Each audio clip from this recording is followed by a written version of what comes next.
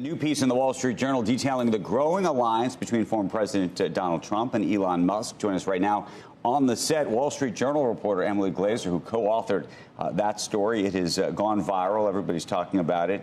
Tell us what you know about what you think is really happening here in terms of this relationship and whether he's going to have this true special advisory role. How much of that is Elon Musk wanting that in your mind, or how much of that is a Donald Trump and Ike Perlmutter and Nelson Peltz and Carl Icahn and that whole troupe wanting that? Well, Andrew, it's an election year, so that means alliances get reformed or come together when people want something. And so we know that Donald Trump has dangled this special advisor role to Elon Musk. It could be around the economy. It can be around border security, both issues that Elon has been extremely vocal about. We know they talked about it. We know they talked about it at Nelson Peltz's oceanfront estate in Palm Beach back in March.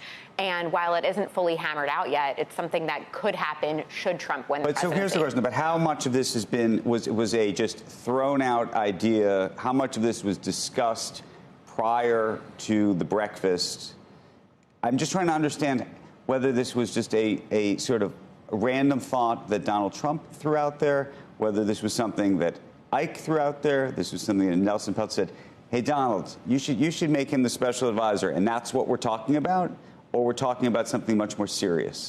So obviously we can't reveal our sources, but the Wall Street Journal wouldn't write an article if we didn't think it was something legitimate that was there. With any of these things, just like if a deal might be talked about, there's a sense that it may not fully materialize. And also Donald has to win the presidency first. But it was not just a random aside. This is something that they talked about, Trump and Musk. It wasn't just something someone else threw out there. Right. They talked about where Musk could have influence. That could be around border security. It wasn't just like, oh, special advisor, go take this and let's all be happy and sing Kumbaya together.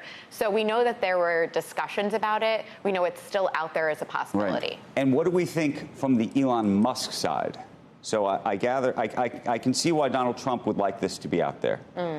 Elon Musk has been vociferous, obviously, in his frustrations, let's say, with President Biden, but has been unwilling, at least so far, to endorse a candidate. Has said that he may not endorse a candidate. Has been kind of reluctant to do that. This would be, I mean, this unto itself is almost a stealth endorsement. The story reads like a stealth endorsement. So he has not gone so far as endorsing Donald Trump, you're right. However, Elon Musk is part of this influence campaign that we heard about, where he is co-hosting, along with Nelson Peltz, David Sachs, part of the PayPal mafia, these dinners. Let me ask you about this. How much do you think this is driven by Nelson Peltz and David Sachs and that troupe that are having these dinners, and Elon, you know, is being asked to come to them? And how much of this is being driven by Elon Musk saying, hey, David Sachs and Nelson Peltz, I want you to set up this dinner, and I'm going to co-host it, and you guys are going to show up to my dinner. Do you see that? Yeah, there's a big difference, and I think people need to understand what's going on here. I think that's a fair point. If Elon had not co-hosted the April dinner with David Sachs atop the Hollywood Hills, if he were just a random guest, I see your point, and that might have been the case at this March breakfast gathering in Palm Beach, where he brought his son. Barron Trump was there. Nelson Peltz's son was there. But the fact that Elon co-hosted the April gathering, to me, shows a marked difference. He said, I think he did say, I'm not going to vote for Joe Biden. Did he not? Yes, he did. Yeah, no, he's officially been out saying that he's not voting for Biden. Not vote for anybody. Exactly. But he hasn't said that he wants to. He has not said, please go out and vote for Trump. And he's had lots of issues with President Trump over the years. Absolutely. So I was just looking back. 2 years ago, he was saying Trump sail off into the sunset. You know, they were trading barbs all the time. Trump called him a BS artist. So it's not like these two have been friendly all these years. And Elon left the advisory council. Did you watch, I'm sure in your reporting for this article you watched it, the interview with Don Lemon? Yes. Okay. So what's so interesting to me, and this is why I was trying to understand what was really going on. Yes. The interview with Don Lemon, he's asked about that breakfast. Right. And he swung by. Very straight up, he said, swung by, and then almost derisively suggests, you know, Trump would talk about what Trump would talk about. You know, he was being asked, but almost in a sort of like, this guy talks too much. I don't really love Trump to begin with. I mean, it was not a, like, by the way, I really like this guy. I want to be his, clearly not I want to be his advisor. It was almost like, I think he's a crazy person, and I just happened to be at the breakfast. So agree with you. Watch that interview, of course. But that's where I think there was this change to then Elon co-hosting this sort of secretive, what it was called an anti-Biden dinner. And there we know that attendees talked about how can we financially give to Donald Trump without the public knowing. And so I think things are changing. And we also know that more dinners are planned going forward, including with Musk. He doesn't want to admit it? I think that everyone, and by everyone I mean Donald Trump and Elon Musk, both don't want to fully show their cards. They could both get a lot out of this potential alliance. Trump needs voters. He needs money. Elon wants influence. He's got 6 companies. How much, though, do you believe that Elon might be in the almost the Bill Ackman camp?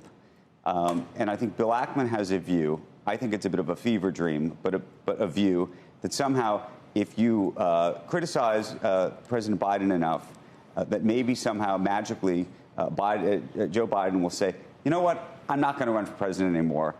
And by the way, maybe Gavin Newsom or somebody else should take my spot. That it's not an endorsement of President Trump, but it's this idea that somehow some unicorn is going to emerge.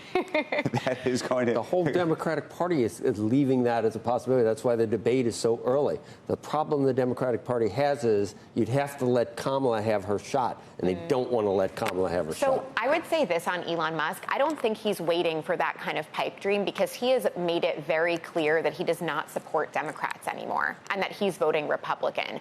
Whether that now he's not saying I'm voting for Donald Trump, but he's still saying that he doesn't support Democrats, and his politics have really shifted over the years. And now he really has moved more right-leaning. He's donated, up to about $50,000 publicly, but he's donated smaller amounts to both Democrats and Republicans over the years. But in the last 2 years ago, he's really more of a Republican, and he said it. Is there ways to track down how much people donate at this point? It's so complicated. Well, so this is where we get in. Dark money is called dark money for a reason. So we looked at Federal Election Commission filings. That's where it's public, and you can actually see, okay, Elon Musk donated $5,000 to the NRCC, $3,000 to this Democratic candidate. But super PACs, which is where billionaires usually play, is when it's not tracked. And so you can't really say, you don't really know who's giving what and how much.